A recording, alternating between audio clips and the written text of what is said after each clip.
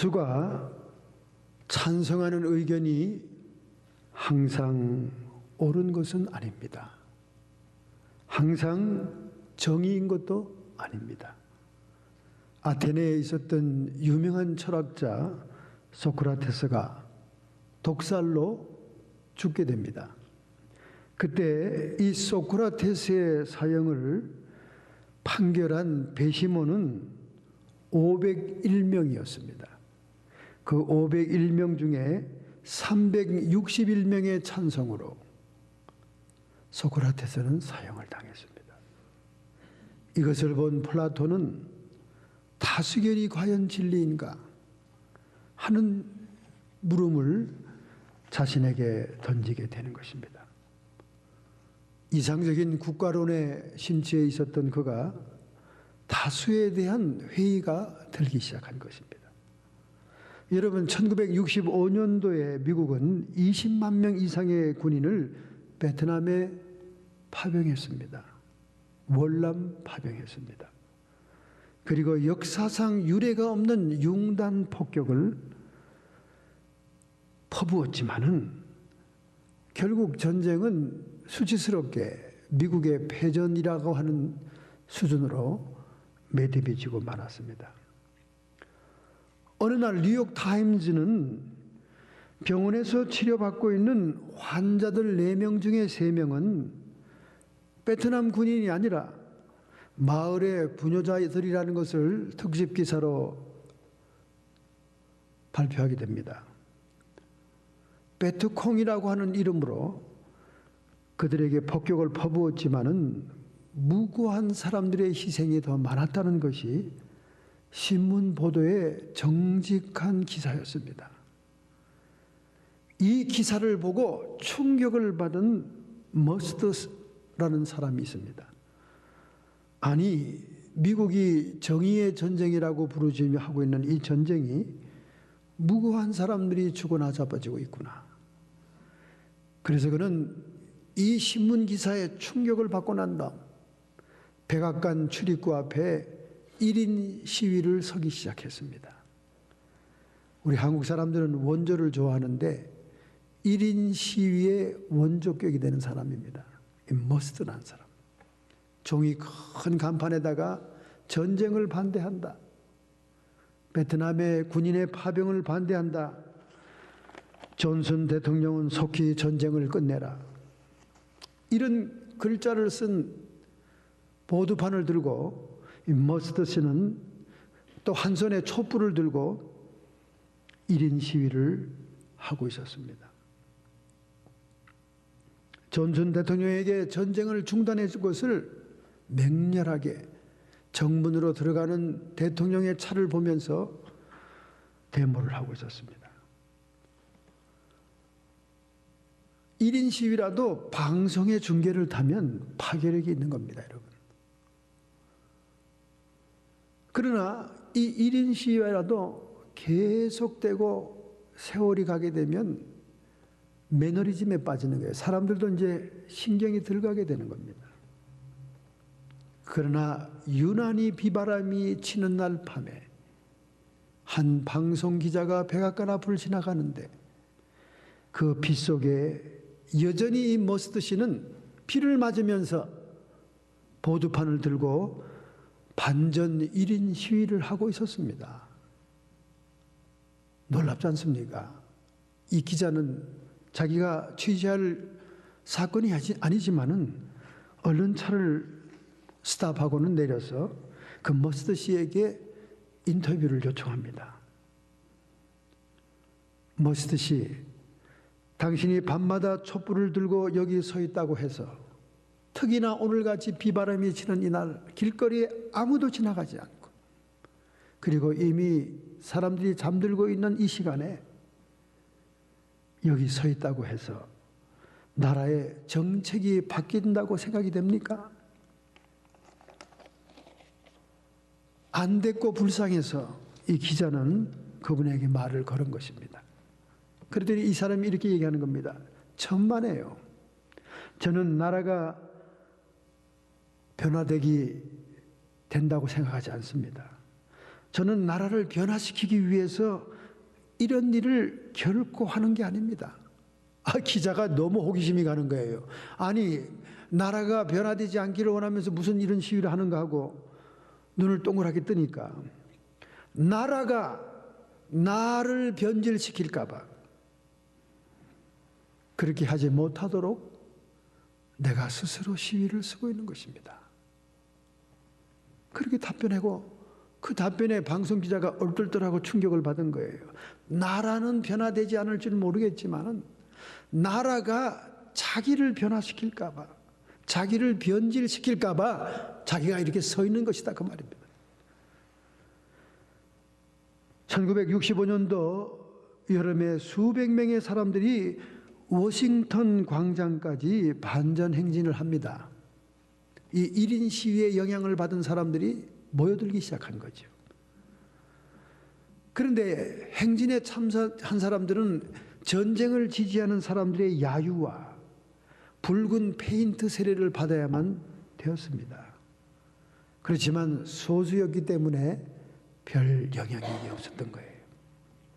그러나 몇 년 후에 상황은 역전되기 시작합니다. 75만 명이 시위에 참석하게 됩니다.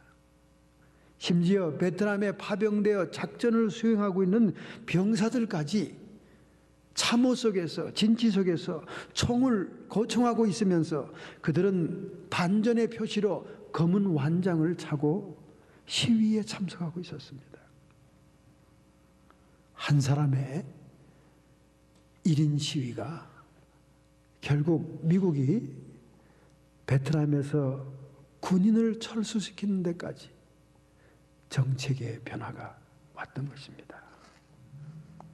이처럼 여러분, 한 사람의 영향력이 대단한 거지요.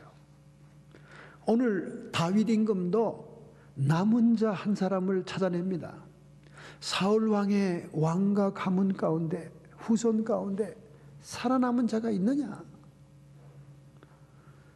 다윗이 도망 시절에 그를 도와줬던 사울 왕의 시바라고 하는 종이 다윗을 가까이 섬기고 있다가 무비보셋이라고 하는 두 발을 쩔룩거리는 한 사람의 혈육이 남아있다고 얘기합니다. 그럼 그가 있는 곳이 어디냐 하고 물어보니까 마길의 집에 있다고 얘기하죠. 그 마길의 집은 로드발이라는 동네에 있습니다. 로드발이라는 이름의 뜻은 목장이 없는 곳이다, 그런 뜻입니다. 황무지에 있는 집에, 마길이라는 집에 있다고 말해요. 숨다시피 도망가다시피 숨어있는 사울의 마지막 피부치가 이렇게 황폐한 환경 속에 있다는 것을 알 수가 있습니다. 그때 다윗은 그를 불러오게 합니다. 그리고 그에게 은총을 베풀기를 주저하지 않습니다. 여러분, 보통 인본주의 왕국의 왕 같으면요, 왕의 혈통이 남아있으면 어떻게 해서라도 찾아서 죽입니다. 그 왕의 혈통의 불씨가 반란과 모반의 시작이 되기 때문에 철저하게 찾아내서 죽입니다. 아마 무비보셋도 처음에 다윗왕이 섰을 때 자기를 죽이려고 찾는 줄 알고 두려워 떨고 있었습니다. 그때 두려워하지 마라, 다윗이 얘기합니다. 내 아비 요나단과 함께 내가 약속한 그 약속을 지키기 위해서, 하나님께로부터 받은 바 은혜가 크기 때문에, 그 은총, 그 은혜 때문에 너에게 은총을 베풀려고 하는 것이다. 그래서 무비보셋에게 모든 것을 돌려줍니다. 복권합니다. 사울의 재산과 땅과 종들과 모든 것을 돌려줍니다. 정말로 이 다윗왕은 이 신본주의 국가의 왕처럼 공의와 사랑을 병행하는 그런 왕이었습니다. 왜 그렇습니까? 다윗은 장차 오실 예수 그리스도 만왕의 왕의 예표요, 그리고 도래할 하나님의 나라, 그 나라의 왕 되신 사람의 모형이기 때문에 이렇게 은총을 베푸는 자의 모습을 보여주고 있는 것입니다. 첫 번째로 우리가 오늘 이 헤세드를 받고 있는 무비보셋에 대해서 한번 얘기를 해봐야 되겠습니다. 이 헤세드라는 말은 은총이란 말이에요. 다른 말로 은혜란 말이죠. 은혜란 말이 구약적인 표현이 은총입니다. 헤세드. 이 헤세드란 말은 하나님께서 베푸신 은혜, 그리고 그 은혜를 기억하여 다른 사람에게도 베풀어주는 은혜를 얘기하는 거예요. 포함된 것을 얘기하는 겁니다. 더 구체적으로 얘기한다면 출애굽기 19장 5, 6절에 나오는 하나님과 이스라엘 백성 사이의 언약적인 사랑을 얘기하는 겁니다.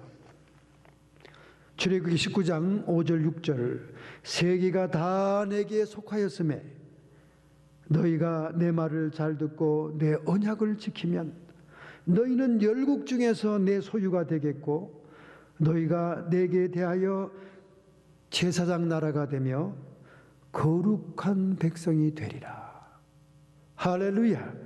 하나님의 언약적인 사랑, 그 은총이 이 다윗에게 임하여 있을 때 다윗은 그 놀라운 은총과 사랑 때문에 죽여야 될 수밖에 없는 선왕의 혈통, 그러나 그에게 왕자와 같은 대접을 해주게 되는 것입니다. 그래서 첫 번째로 사무엘하 9장 10절 하반절을 보면 무비보셋은 항상 내 상에서 먹으리라. 무비보셋은 항상 내 상에서 먹으리라. 정상적인 사람이라도 선왕의 혈족을 자기 상에 두고 싶지 않을 겁니다. 그런데 양쪽 발이 다 쩔뚝발이의 불구자예요. 핸디캡. 예나 지금이나 불구자에 대한 편견은 마찬가지입니다. 그런 불구자를 휠체어도 없는 그 시대에 말이죠. 사람들을 종들로 하여금 어깨에 메고 들어와 가지고 상에 앉게 해서 자기들 왕자들과 함께 식사를 같이 매일 한다. 보통 일이 아니잖아요. 그런데 이 말을 다윗은 3번씩이나 강조합니다. 항상 내 상에서 먹으리라. 왜 그렇습니까? 그것은 다윗이 요나단과 약속한 게 있었어요. 다윗이 쫓기는 처지요 죽음이 앞에 있는 처지일 때 조나단은 다윗과 언약을 맺지 않습니까? 사무엘상 2장 20장 42절에 요나단이 다윗에게 이르되 평안히 가라. 다윗을 피신시키면서 약속을 하죠.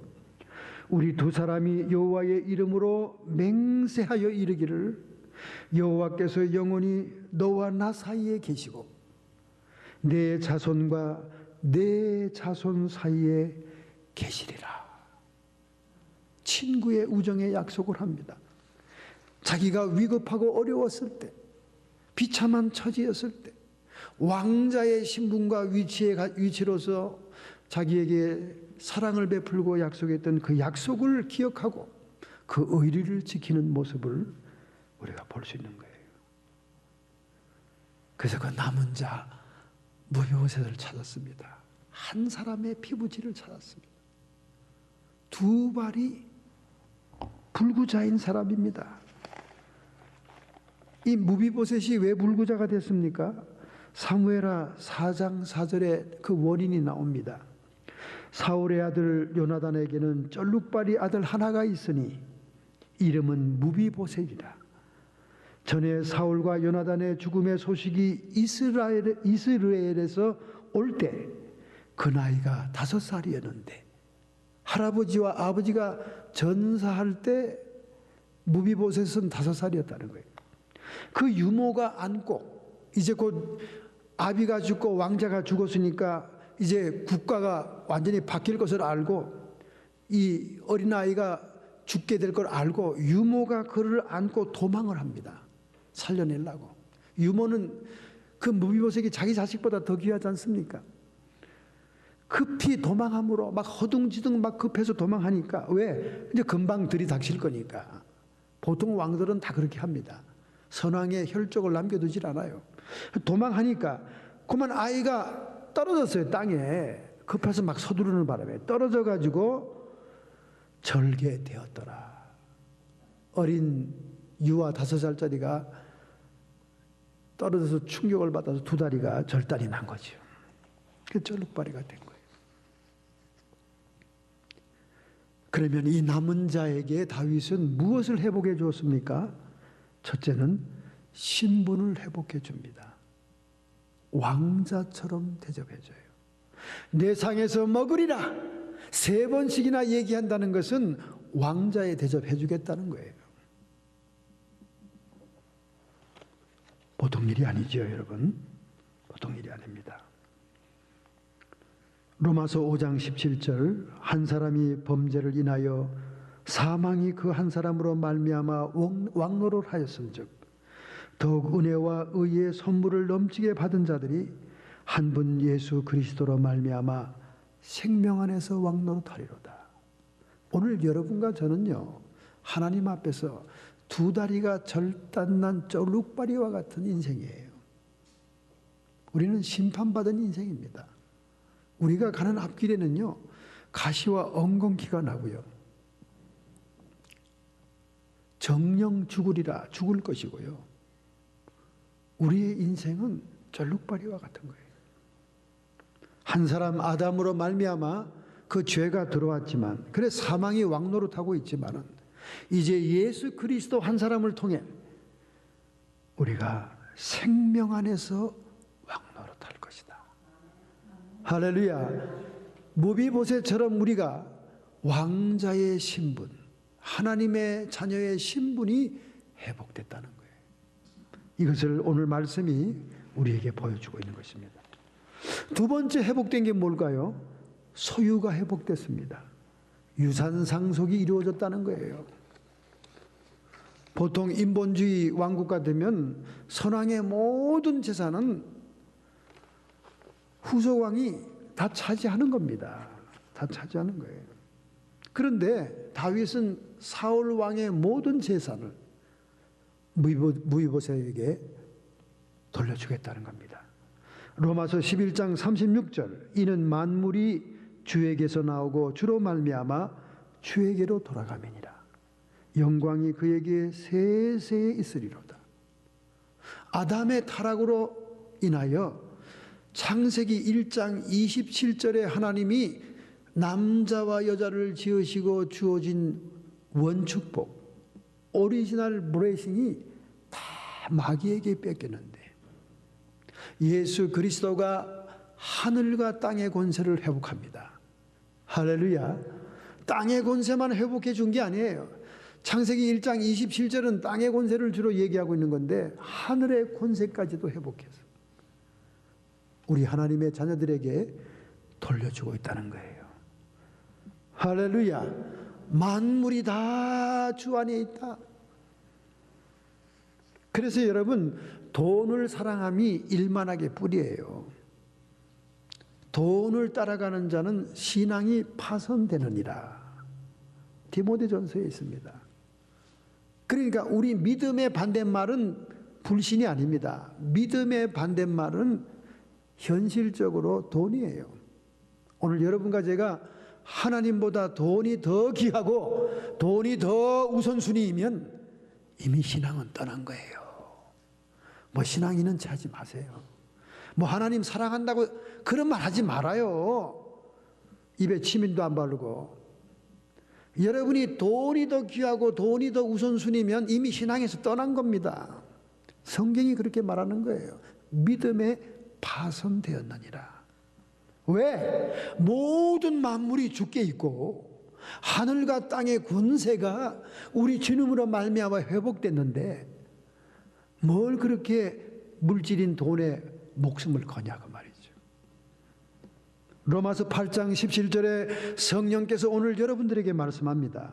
자녀임은 또한 후사요 곧 하나님의 후사니 상속자다 그 말이죠. 후사는 그리스도와 함께한 후사니 우리와 그와 함께 영광을 받기 위하여 고난도 함께 받아야 할지니라. 부귀영화 누리면서 부유하게 돈 쓰면서 돈 가지고 권력 삼으면서 무슨 고난이 있었냐 그 말이에요. 무슨 하나님과 받을 그리스도와 받을 영광이 남아있냐 그 말이지. 여러분 정신 차리세요. 두 주인을 섬길 수 없다고 예수님이 분명히 마태복음 6장에 얘기하고 있어요. 너희가 하나님과 재물을 겸하여 섬길 수 없느니라. 없습니다, 여러분. 그러면 여러분이 지금 돈에 대해서 비중을 두고 있으면 이미 하나님은 안 섬기는 거예요. 정신들 차리세요. 우리가 돈을 추구하지 않고 돈에 우선순위를 두지 않더라도 주님 안에 만물이 있고 교회 안에 만물이 충만히 있고, 할렐루야, 우리 예수님과 함께 고난을 당한다면 그 영광이 또한 크다. 할렐루야. 믿으시면 아멘 합시다. 아멘 소리가 적어요. 절대 아멘 못하겠지. 못하겠어요. 가진 게 많으니까. 재물이 많은 고로 근심하여 떠나니라. 이 부자 청년이 익명으로 기록되어 있습니다. 아마 그가 예수님의 말씀대로 전 재산을 팔아 가난한 자에게 주고 주님을 따랐다면 12사도처럼 이름이 오늘날 우리의 귀에 쟁쟁할 거예요. 그러나 그가 재물이 많은 고로, 재물이 우선순위인 고로, 재물이 우상인 고로 근심하여 예수님을 떠나서 그 이후로 성경 어디에도 그의 존재가 나타난 적이 없다고 말이에요. 나타난 적이 없어요. 두 번째 회복된 것은 소유의 회복입니다. 유산이 상속된 거예요. 그럼 세 번째 회복은 뭡니까? 세 번째 회복은 거처의 회복입니다. 여러분, 무비보셋은 비록 두 다리가 저는 불구자였지만은 그의 거처는 왕궁이었어요. 그런데 지금은 도망자의 신세로 황무지와 같은 데 숨어 살고 있습니다. 미갈의 집에 살고 있습니다. 그러나 뭐라 그럽니까? 세 번씩이나 내 상에서 먹으리라. 항상 내 상에서 먹으리라. 하루 세 때를 항상 임금의 상에서 먹으려면 그의 거처는 왕궁이 되었다는 거예요.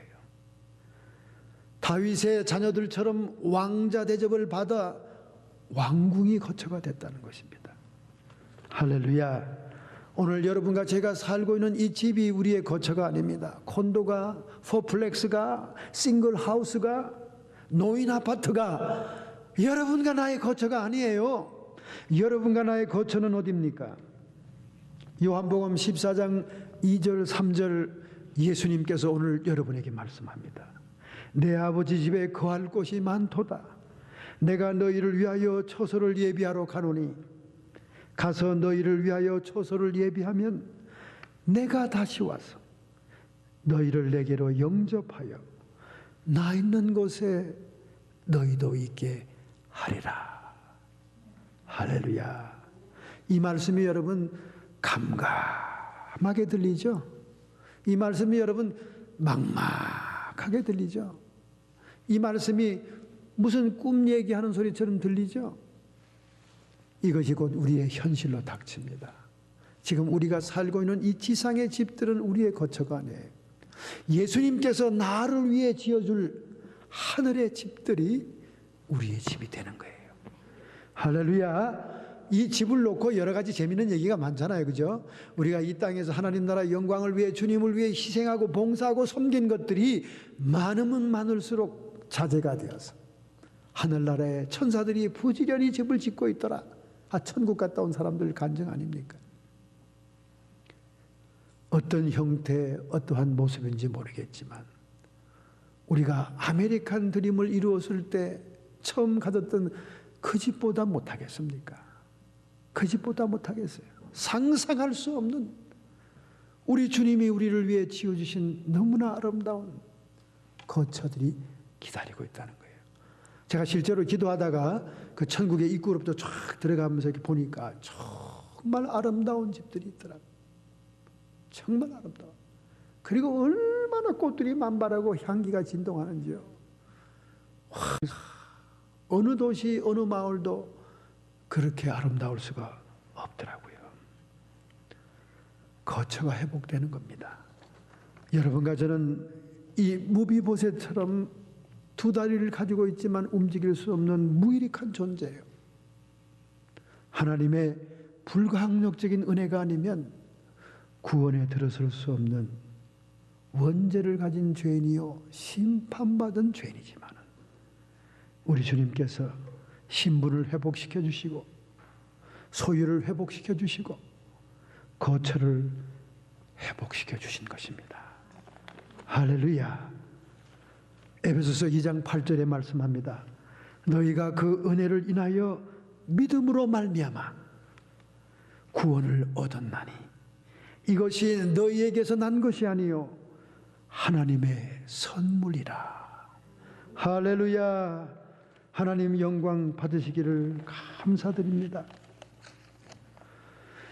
여러분, 어떻게 이렇게 무비보셋이 은혜를 받을 수가 있었을까요? 아무리 다윗 쪽에서 요나단의 약속을 기억하고 의리를 지키고 싶고 또 하나님께 받은 바 헤세드 은총과 은혜가 넘쳐서 그 은혜를 생각하면 다른 사람에게 베풀지 않고는 견딜 수 없는 그런 입장이라 할지라도 은총을 베푸는 자에게 나오는 자의 태도가 있어야 됐다고 말해요. 어떤 태도? 그가 두렵게 도피 중에 있었지만은 다윗의 부름에 순종하여 나옵니다. 나쁜 생각하고 잘못 생각하면 더 도망갈 수 있습니다. 더 깊은 데로 갈 수 있어요. 그런데 그는 다윗의 부름에 순종합니다. 그리고 자신을 낮춥니다. 8절에 얘기하죠. 저가 절하여 가로되 이 종이 무엇이간데 왕께서 죽은 개 같은 나를 돌아보시나이까. 얼핏 한국말 번역을 보면 야지 노는 말 같이 보이지요. 삐딱한 말 같이. 그게 삐딱한 말 아닙니다, 여러분. 히브리 원문에 의하면 이 죽은 개란 말은 이스라엘 사람들이 부정한 동물을 얘기하면서 우선 자기의 불구 상태를 표현하면서 자기를 비하하여 상대방을 높이는 말로서 히브리 사람들의 관용어입니다. 관용어. 흔히 쓰는 관용어예요. 이것은 무비보셋이 참으로 인생의 환난과 역경 속에 사람이 자기의 몸이 불구되는 것만큼 비참한 것이 없죠. 불행한 것이 없지 않습니까? 겸손을 갖추고 있었다는 거예요. 할렐루야. 여러분, 다윗 쪽에서 베풀고 싶어도 하나님의 받은 바 은총을 부어주고 싶어도 받는 자가 겸손히 부름에 응하지 않으면 그 헤세드의 통로는 열리지가 않는 것입니다. 베드로전서 5장 5절 6절에 말씀합니다. 서로 겸손으로 허리를 동이라. 겸손한 자들에게는 은혜를 주시느니라. 그러므로 하나님의 능하신 손 아래 겸손하라. 때가 되면 너희를 높이시리라. 할렐루야. 오늘 여러분과 저에게 이 무비보셋 같은 겸손이 있다면 우리는 이 하나님의 헤세드의 은총을 받을 수가 있는 거예요. 할렐루야. 소크라테스의 얘기가 나왔으니 한 번 더 할까요? 소크라테스의 명성을 듣고 한 청년이 찾아왔습니다. 가르침을 받으려고 제자의 길을 가겠다고 찾아왔습니다. 저를 받아주십시오. 그랬더니 소크라테스가 아무런 반응이 없이 젊은이를 아래 위로 한번 쏙 훑어봅니다. 요즘 말로 하면 스캔을 한번 쫙 해봤습니다. 그러더니 소크라테스는 낮은 음성으로 단호히 청년을 거절하는 거예요. 그냥 가게나. 그렇다고 한 번 거절당했다고 청년이 포기할 수 없죠. 그래서 더 간청합니다. 그러지 마시고 저는 저희 마을에서도 제가 똑똑하기로 소문나 있고요. 그리고 저를 제자로 삼으면 결코 실망을 드리지 않겠습니다. 선생님의 명성이 더욱더 빛나게 될 그런 제자가 될 자신이 있습니다. 그랬더니 그 말에도 소크라테스는 아무런 반응이 없이 단청을 피우는 거예요. 그래서 이 청년의 마음속에는 혈기가 부글부글 끓어올랐습니다. 참 거만하구나. 무슨 저런 사람이 명성이 높은 철학자람, 무슨 이유가 있어서 날 못 받아주겠다면 아내가 그 이유를 듣고 떠나기나 하지. 자기의 가르침을 받겠다는데 나 참 더러워서 진짜 속으로 막 이게 부글부글 끓는 거예요. 불쾌한 생각이 솟구쳐서 더 이상 자리에 앉을 수 없어 박차고 일어나는데 드디어 소크라테스가 그의 입에서 말이 나왔습니다. 젊은이 조심하게, 천천히 나가게, 그렇게 얘기했습니다. 청년은 화가 나니까 들은 척도 않고 힘을 다해서 방문을 확 열어 젖히고 한 발을 빵 딛는데 말이죠. 갑자기 문설주에 이마가 꽝 부딪히는 거예요. 흥분한 나머지 자기 키보다 문짝이 훨씬 낫다는 것을 알지를 못했던 거예요. 그래서 소크라테스는 낮은 음성으로 이마가 찢지 않도록 조심하라고 당부를 해준 거예요. 그제야 청년은 자신이 왜 제자로 받아들이지 않은 것을 깨닫게 됩니다. 그때 소크라테스가 말합니다. 자네가 인생을 살아갈 때 머리를 자주 숙이면 숙일수록 그만큼 부딪히는 일이 적을 걸세. 그때야 소크라테스가 자기에게 무엇을 가르쳐 주는 것을 깨닫게 되고 조용히 물러났다는 것입니다. 소크라테스는 벌써 한눈에 그 청년이 자부심이 강하고 자만심이 있고 자기 자랑에 넘쳐있는 사실을 발견했기 때문에 교만한 자에게, 겸손이 없는 자에게 자신의 가르침이 헛수고라는 것을 알았기에 제자 되는 것을 물리쳤던 것입니다. 이솝 우화에도 재미있는 얘기가 있어요.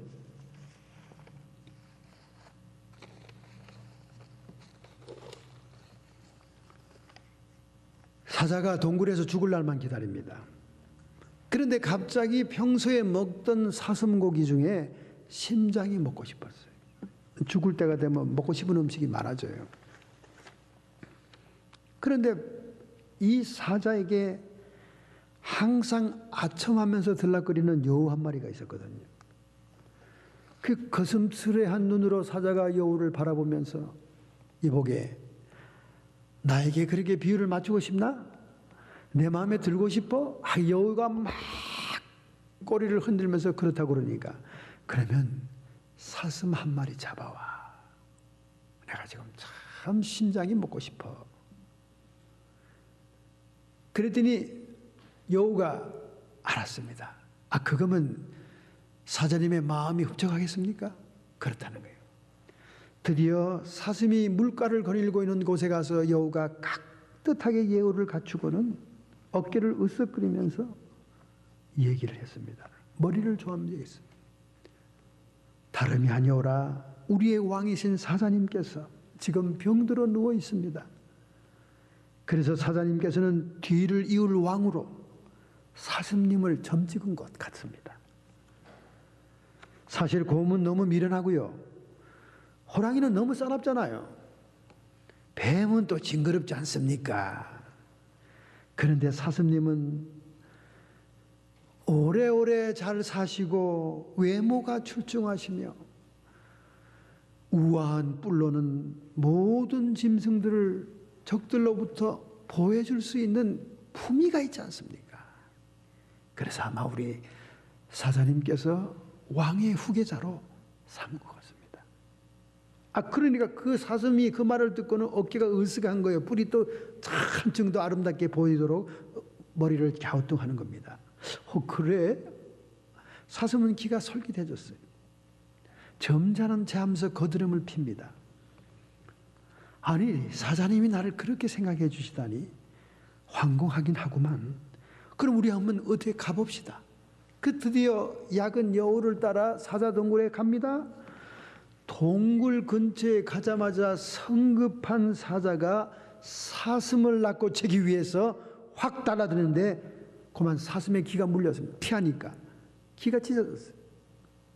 놀란 사슴은 황급히 그 자리를 빠져나와 숲속으로 도망쳤습니다. 그리고는 숨을 몰아쉬면서 아이고 구사일생했다 하고는 숨어 있는데 얼마 있다가 여우가 또 쫓아왔어요. 그래서 막 소리를 저리가 꼴도 보기 싫어. 그 요사스러운 입으로 나를 꼬여가지고 사자의 먹이가 되게 하다니 소리를 막 칩니다. 근데 여우는 뻔뻔한 얼굴로 적반하장각으로 소리를 치는 겁니다. 아, 이제 다 틀렸어요.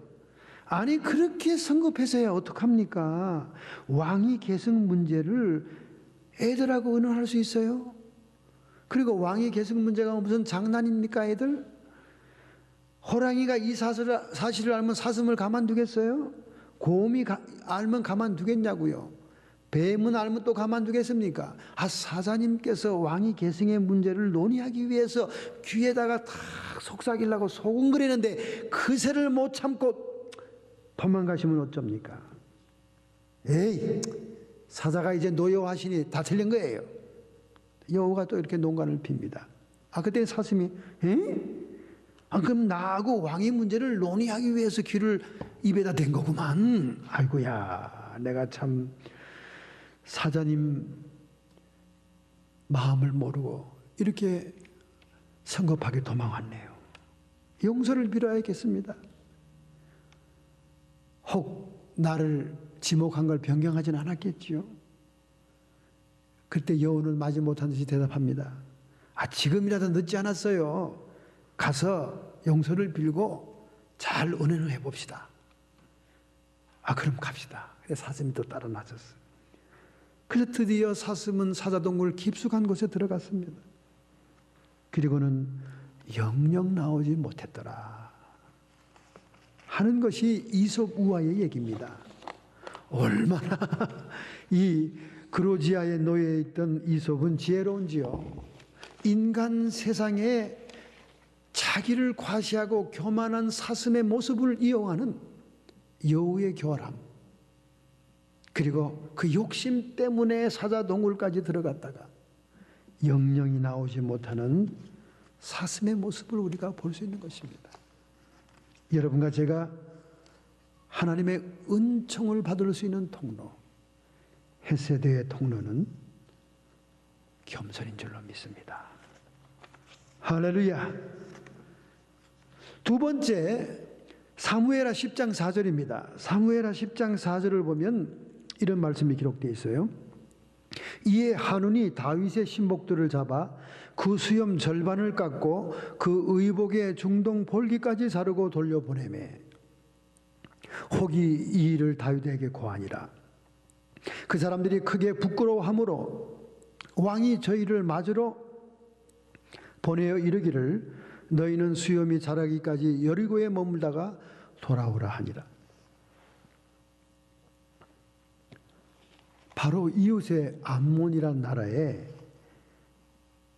한운이라는 왕이 있는데 그의 아버지는 하나스였습니다. 근데 이 하나스 왕이 다윗이 도망 다닐 때, 망명할 때 측은하게 여겼어요. 도움을 줬어요. 식량도 주고 그랬겠죠. 그래서 죽었다는 비보를 듣게 되니까 그 옛날을 보답하는 마음으로 조문단을 보냅니다. 그런데 이 아들 왕은 조문단이 왔을 때 그의 방백들이 이간하는 말에 넘어가고 말아요. 방백들이 뭐라고 얘기합니까? 왕이시여, 다윗 왕이 정말로 부친왕을 존경해서 조문단을 보냈겠습니까? 아니에요. 우리나라를 함락하기 위해 염탐하려고 정탐꾼으로 보낸 겁니다. 그 얘기를 듣고 보니까 분이 올랐습니다. 그래서 조문단들을 말이죠, 머리를 반쯤, 수염을 반쯤 깎고 그 다음에 옷을 막 찢어서 궁뎅이를 내려서 출시를 당하게 하는 거예요. 수염을 깎는다는 말은 고대 근동 지역에서 수염은 자유인을 표시하고 깎는 것은 노예와 적으로 간주한다는 모욕적인 행위입니다. 그리고 엉덩이로부터 하체를 드러나게 옷을 찌른다는 것은 수치를 주는 정말 왕의 사절단을 모욕하는 행동이에요. 전쟁하자는 얘기죠. 전쟁하는 얘기죠. 결국 다윗은 그들과 전쟁을 치르게 됩니다. 암몬은 아람과 연합군을 조성하지요. 아람 즉 시리아에서 2만 명을 데리고 오고 마가 왕 군대 1000명과 돕사람 12,000명, 도합 3만 3천 명의 군대로 전쟁을 준비하죠. 그래서 장군을 보냅니다. 요압 장군을 보내고 요압 장군이 자기의 동생 아비새와 함께 내려가서 그들과 전쟁을 하지 않습니까? 결국 이기고 돌아오죠. 이기고 돌아오니까 하닷 에셀 왕이 안 되겠거든요. 다윗이 자꾸 세력이 커지니까. 유프라테스 건너에 있는 시리아군을 다시 헬람까지 데리고 옵니다. 그래서 자기 밑에 소박이라는 군사령관을 통해서 지휘하게 해서 시리아 전차병이 700명, 그 다음에 마병이 4만 명, 그렇게 연합군을 조성합니다. 이 전쟁은 다윗이 직접 진두지휘하게 되죠. 그래서 제2차 정복 전쟁이 됩니다. 하나님이 도우시고 다윗의 통일 왕국을 이루어 주시기 위해서 결국 이들을 격파하죠. 그래서 더 이상 이제 아람 군대, 시리아 군대들은 암몬을 도와줄 생각을 못하게 됩니다.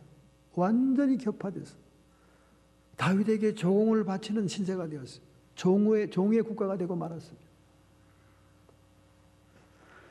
그러면 이 한운이라는 왕은 왜 이렇게 모자란 짓을 했냐 그 말이에요. 다윗이 조문단을 보내 화해를, 평화를 유지하고 서로 좋게 지내자고 하는 그런 의미에서 보냈는데 왜 정탐꾼으로 오해해서 모욕행위를 했냐가 말이에요. 세 가지에 잘못된 거예요. 그 나라에는 지혜자가 없었습니다. 지혜자가. 무지했다는 거예요. 조문단인지 정탐꾼인지를 분별이 안 되는 거예요. 다윗이 정말 선한 의도로 보낸 것을 파악을 못한 겁니다. 그거 왜 그렇습니까? 항상 자기들이 그런 식으로 처신했기 때문에 그래요. 다른 나라를 염탐하기 위해서 평화사절을 보내고 조문단을 보내가지고 자기들이 한 짓이 그렇기 때문에 그렇습니다. 그래서 항상 거짓말 속에 사는 사람들은 상대방의 진실을 곡해할 때가 많아요. 아니 목사라도 거짓말 속에 사는 목사들이 가끔 있습니다. 그런 친구가 있었어요. 하나님이 가위를 딱 보여줘가지고 끊으라서 끊었습니다만은 이 친구는 뭘 얘기하면 에이 거짓말, 에이 그럴 리가 있어. 무슨 약속을 해서 내가 아파서 못 간다 그러면 아프긴 또 뭘 아파, 오기 싫어서 그렇지. 맨날 자기가 거짓말하니까 그 거짓말로 상대방을 이해하는 거예요. 답답한 일이죠. 이 무지한 겁니다. 영적인 지혜가 없고 분별력이 없는 거예요. 이런 사람들이 많아요, 여러분. 두 번째는 성급했어요. 아니 정말 정탐꾼으로 왔는지 조문단인지 알아볼 수 있는 거예요. 얼마든지. 자기들도 첩보원들을 보낼 수 있잖아요. 너무 성급하게 다윗 왕을 모욕하는 행동을 했다고 말이에요. 그 다음에 세 번째는 잔인했죠. 수염을 반쯤 깎고 엉덩이를 잘라서 왕이 보낸 사절을 수치를 주고 모욕을 주는 그 잔인한 행동을 함으로 그들이 결국 대파하게 된 거죠. 이런 무지와 성급함과 잔인함은 한운 왕의 교만에서 비롯됐다는 거예요. 사람이 교만하면 이렇게 되는 거예요. 분별력이 없어집니다. 베드로전서 5장 5절에 말씀합니다. 하나님이 교만한 자를 대적하시느니라. 할렐루야. 왜 하나님이 교만한 자는 무조건 대적합니까? 마귀가 교만의 원조이기 때문에 그래요. 마귀가 교만해서 내가 보좌 위에 비기리라, 내가 경배를 받으리라. 하나님 위에 자기가 서겠다는 교만 때문에 하나님을 섬기던 그룹 천사가 타락한 거 아닙니까? 교만은 다윗의 긍휼과 다윗의 화평을 곡해하여서 결국 전쟁을 치르게 되고 그 전쟁 때문에 그들이 종의 국가가 되고 조공을 바치게 되는 것입니다.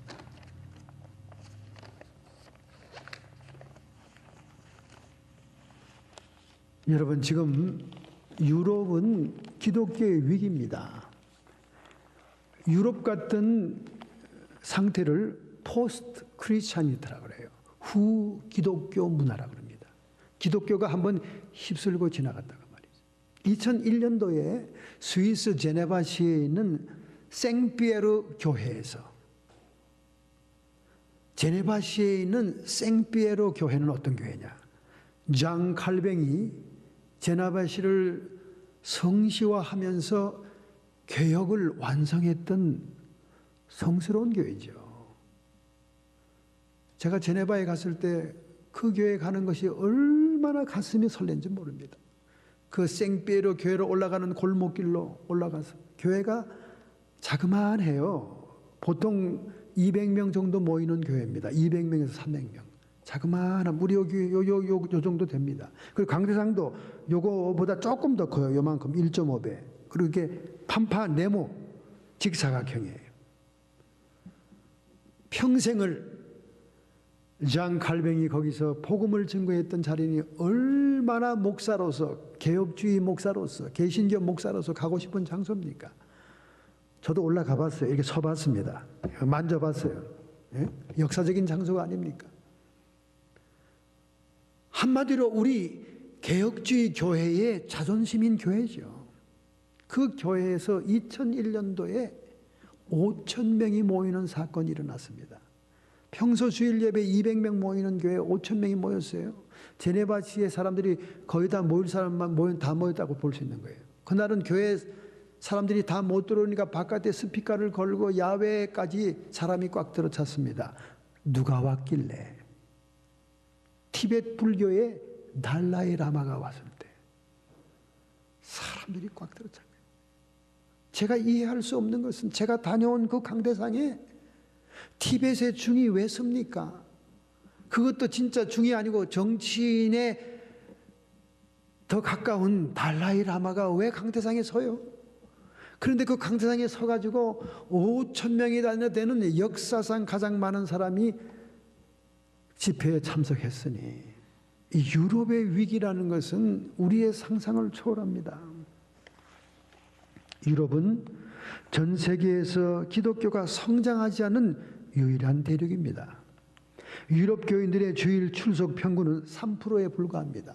이름은 다 국교, 기독교 국가라고 이름은 걸어놨지만은 출석 교인은 3%에 불과해요. 그리고 성경을 유일한 하나님의 말씀으로 예수 그리스도의 십자가 은혜를 믿는 것이 구원의 길이라고 믿는 사람이 1%도 안 되는 대륙입니다. 1%도 안 되는 신자를 가진 나라가 유럽 47개국 중에 19국가가 됩니다. 체코의 수도 프라하는 얀 후스라고 하는 1369년부터 1415년 동안 종교개혁의 선구자인 그런 도시인데, 그래서 얀 후스가 화형에 처해 죽을 때도 1415년 콘스탄스 종교회의에서 화형을 당할 때에도 이 보헤미아 국민들, 체코의 국민들은 똘똘 뭉칩니다. 14세기에. 온 국민이 기독교인이었어요. 근데 지금은 3%밖에 안 돼요, 교인이. 그리고 교회가 300개밖에 안 됩니다. 교인 수는 1% 조금 넘을 정도로 처참한 상태예요. 유럽에서 얀 후스의 종교운동이 부흥같이 불길처럼 일었던 그 체코가 그 정도의 수준이라면 유럽의 국가의 기독교는 죽은 것과 마찬가지입니다. 최근에 저는 미국의 부흥 강사인 그렉 로리의 강연을 들었습니다. 그는 이렇게 강력하게 외쳤어요. 교회는 언제 위기의 장소가 되는가? 얼마나 다이나믹하게 폭발적인 음성으로 메시지를 증거하는지 제가 인터넷을 딴 곳으로 옮길 수가 없었어요. 그래서 결국 그렉 로리의 교회 위기론에 대한 말씀을 제가 듣게 되었습니다. 첫째로 교회가 위기에 처하는 이유는 설교를 듣는 청중들의 문제가 있을 때 그렇다고 말입니다. 설교를 듣는 청중들이 겸손하지 못하고 교만하면 그 말씀을 자기에게 적용하지 않을 뿐만 아니라 그 말씀을 지나가는 지식으로 남기게 된다는 것입니다. 사람이 좋은 말씀도 하루 이틀 자꾸 들으면서 듣기만 하고 실천을 하지 않으면 자기가 실행에 옮겨보지도 않고 이미 자기는 그렇게 변화된 것처럼 착각하게 된다는 거예요.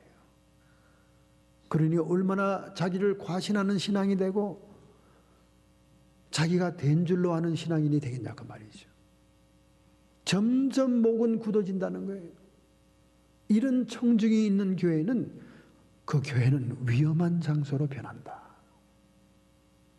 피를 토하는 말씀을 증거합니다. 그래서 이 동네에도 가장 큰 교회에 나가는 사람들 한번 만나보세요. 자부심이 대단합니다. 나 그런 교회 교인이야.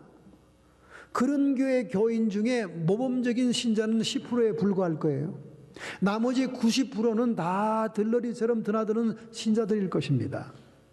그런데 그 90% 신자들이 제대로 기독교인의 모습을 보이지도 않고 말씀을 적용하여 실천하지도 않으면서 10% 신자가 하는 그 행동과 그 모범적인 신앙을 자기들이 하고 있다고 착각한다고 말이에요.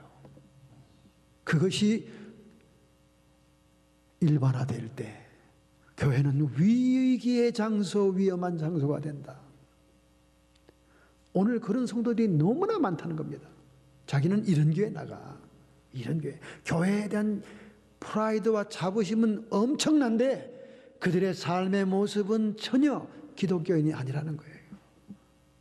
이런 사람들이 모여있는 교회는 소금이 맛을 잃은 교회요. 위기의 교회라는 거예요. 여러분 어떻게 생각하십니까? 오늘 여러분이 달콤하고 아름답고 비밀스러운 성경의 지식의 말씀을 들으면서 정말 여러분에게 적용되고 실천이 됩니까? 아니면 오늘도 한 페이지를 장식하며 성경 지식과 믿음의 지식을 축적했다 하는 냉장고 신앙입니까? 소금의 맛을 잃은 청중들이 모여있는 교회, 목이 곧은 교회, 교인들이 있는 교회가 교회는 위기의 장소라는 거예요.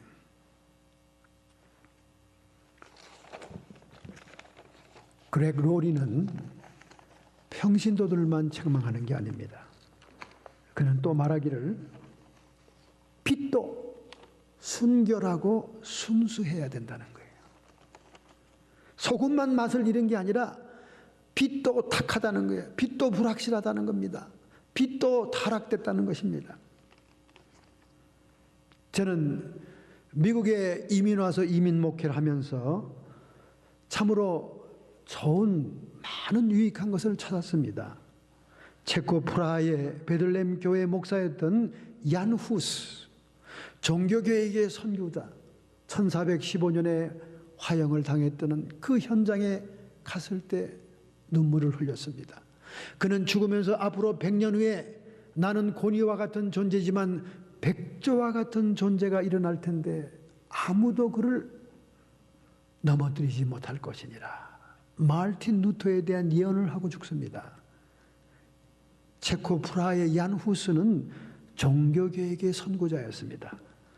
저는 그를 발견한 것 참으로 미국 이민 와서 대단한 축복이었습니다.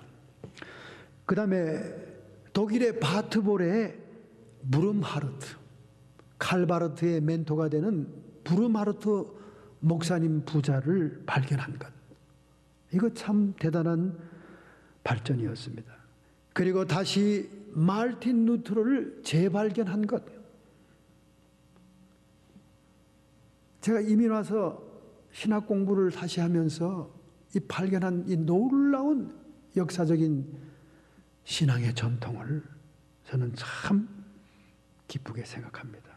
한국서 저희 동창들이 올 때마다 저한테 충고하죠. 황 목사 공부 그만해라. 미친다. 그렇게 얘기하더라고요. 우리 한국 사람들은 공부 열심히 하면 미친다는 얘기를 그렇게 많이 해요. 그런데 여러분, 무슨 한국 목회처럼 미국 목회가 바쁩니까? 안 바빠요. 한국 목회는 뭐 교인들의 돌잔치, 출생, 모든 일상사가 다 신방해줘야 될 대상입니다. 아침 새벽기도 끝나면 그때부터 출근해서 밤 12시까지예요. 그래서 대교회 부목사들은 다 뻗어요. 몇 년 하면 다 입원합니다. 자기 시간을 가질 수 없어요. 제가 서울의 큰 대교회 부목사로 부임하기 위해서 인터뷰를 갔더니 그 주임 목사님이 저한테 이렇게 얘기하더라고요. 우리 교회 부목사로 오면 기도할 시간 없다. 성경 볼 시간 없다. 신학 공부할 시간 없다. 건강이 훼손된다. 지금 우리 교회 부목사 2명이 병원에 입원해 있다. 그래도 할래? 그러더라고요. 저 안 하겠습니다. 그러고 인사하고 나왔습니다. 목사가 돼가지고 기도할 시간도 없고 말씀 볼 시간도 없고 신학 공부할 시간도 없고 결국 병원에 입원이라면 그건 뭐 부목할 필요 없는 거죠. 할 필요 없어요. 지금 우리 동창 목사님 지금 담임 목회하는 교회예요. C라는 교회인데 그 정도입니다. 한국 목회는 완전히 기업화돼 가지고 완전 조직 집단이에요. 조직 집단. 행사, 가정사 뒤치다거리에 끝이 없다. 뭐 기도가 없고 말씀이 없는데 그리고 유명한 이름 있는 목사들은 다 정치하러 다니고 모임 회의 참석하러 다니고 맨날 숨이 턱이 차도록 다니다가 교회 오니까 설교선에 딱 서면 설교할 거리가 없는 거예요. 그래서 설교를 만들어주는 그 코미티가 따로 있어요. 사회학적인 자료, 종교학적인 자료, 역사학적인 자료 이렇게 자료를 모아서 설교 초안을 만들어줍니다. 그러면 그 목사님 설교 초안 가지고 자기가 몇 개 정정해서 올라와 설교하는 거예요. 이건 제가 뭐 만들어낸 얘기 아니라 가장 설교로 명망이 높은 광 목사님도 설교 세미나 와가지고 목사님들도 설교위원회를 만들어 놓으시오. 그렇게 얘기할 정도입니다. 근데 미국 목회는 뭐 그렇게까지 바쁘진 않죠. 그리고 저의 특징은 정치에는 관심이 없습니다. 전혀 관심이 없어요.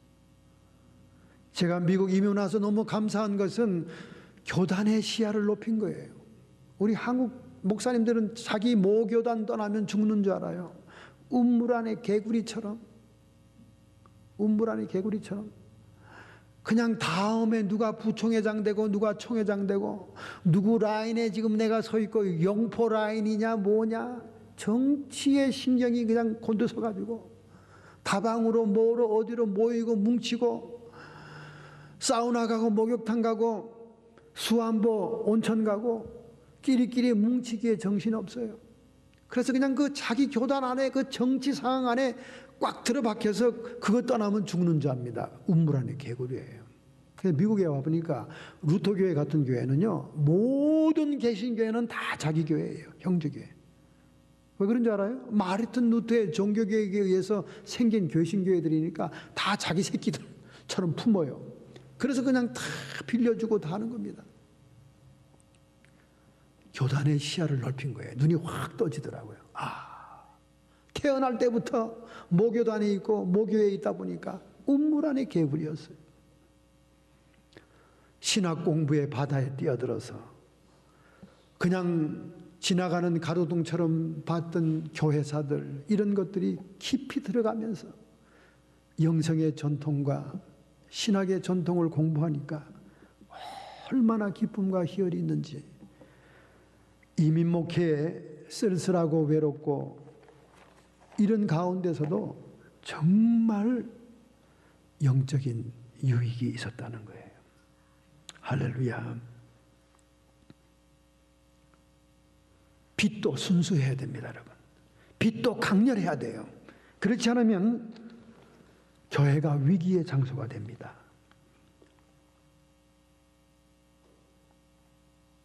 잘난 목사가 되려면 사람을 좋게 하는 목사가 아니라 하나님을 기쁘게 하는 목사가 되어야 됩니다. 갈라디아 1장 10절, 사람들에게 좋게 하랴 하나님께 좋게 하라. 지금까지 사람의 기쁨을 구한 것이었다면 그리스도의 종이 아니니라. 사도 바울의 고백입니다. 그래서 바른 목회의 세 가지의 필수적인 조건은, 첫째, 바른 신학 갖춰야 됩니다. 적어도 종교개혁 이후에 교회의 목사라면 개혁주의 신학의 중심 사상과 신학 노선을 분명히 가지고 있어야 됩니다.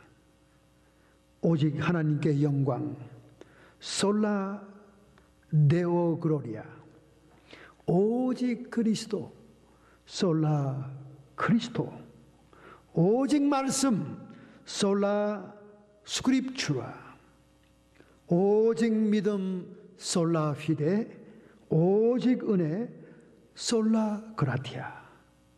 이 개혁주의 신학에 분명히 중심이 서야 됩니다. 두 번째는 바른 복음이 선포돼야 돼요. 오직 말씀으로, 스크립투아 솔라, 오직 말씀을 전부로, 스크립투아 토타,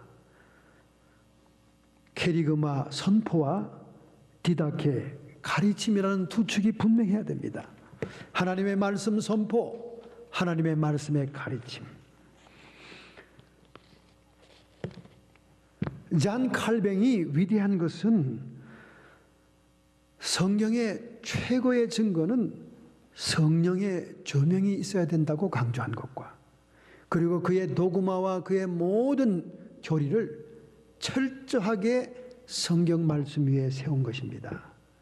그래서 하나님의 종들은 하나님의 대변자, the divine speaker가 돼야 된다고 말입니다.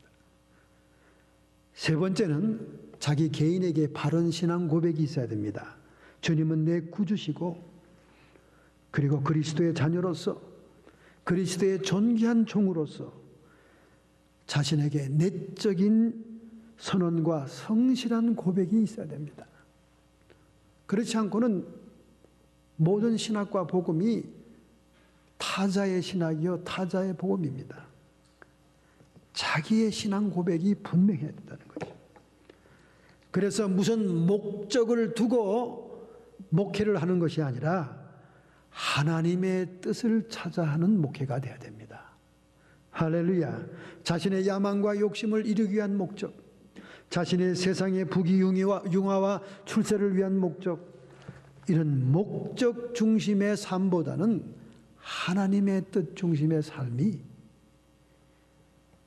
바른 목회자상을 보여준다는 거죠. 교회가 위기의 장소가 되지 않으려면 청중들이 겸손하고 목사들이 겸손해서 하나님의 말씀이 정말 살아있고 운동력 있는, 생명력 있는 교회가 돼야 될 줄로 믿습니다. 할렐루야. 이와 같은 역사가 오늘 여러분과 저희, 우리 교회에 있기를 원하신다면 결단하고 결심하는 마음으로 가슴에 손을 얹겠습니다. 전능하신 하나님 아버지, 헤세드 하나님의 은총이 통로가 되는 것은 우리에게 겸손인 줄로 믿습니다. 하나님, 우리도 예수님처럼 온유와 겸손을 닮은 종들이 되게 하여 주옵소서. 겸손하게 오직 하나님의 뜻을 추구하는 종들이 되게 하여 주옵소서. 이러한 결심과 결단으로 오늘 가슴에 손을 얹었습니다. 전능자의 축복의 손길이 저들을 안수해 주시옵소서. 거룩하고 복되신 주님의 권세와 영광이 오늘 결단하는 모든 성도들에게 임할지어다. 육체와 정신의 역사하는 모든 질병들은 여호와 라파 하나님의 이름 권세로 쫓김을 받을지어다. 악한 마귀 사탄 귀신의 세력들아, 더 이상 우리의 남은 생애를 회방하지 말며 신앙생활과 목회생활을 좌절시키지 말며 일곱 길로 쫓김을 받을지어다. 우리 주 예수 그리스도께서 십자가에서 정사와 권세를 밝히 드러내 승리하셨으므로 그 영광을, 그 권세를 선포한다. 우리 주님 예수님의 이름으로 축복하며 기도하옵나이다. 아멘.